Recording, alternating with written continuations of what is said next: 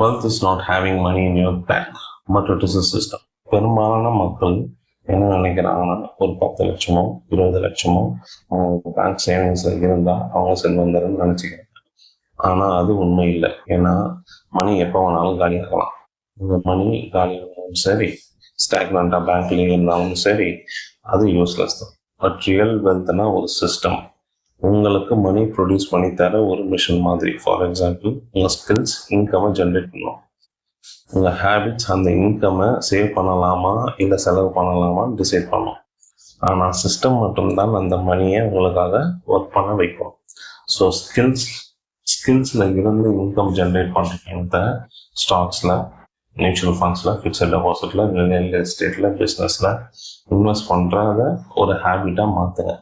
இப்போ உங்கள் மணி உங்களுக்காக உழைக்கிற ஒரு மிஷனாக மாறும். இப்படி தான் நீங்கள் ஒரு வெல்த் சிஸ்டமாக க்ரியேட் பண்ணலாம். பிடிச்சிருந்தால் லைக் பண்ணுங்கள், இல்லைன்னா ஏன்னு கமெண்ட்டில் சொல்லுங்கள். யாருக்கு இந்த வீடியோ இன்ஃபர்மேஷனாக யூஸ்ஃபுல்லாக இருக்குமோ அவங்களுக்கு ஷேர் பண்ணுங்கள். Thank you so much. See you on the next again.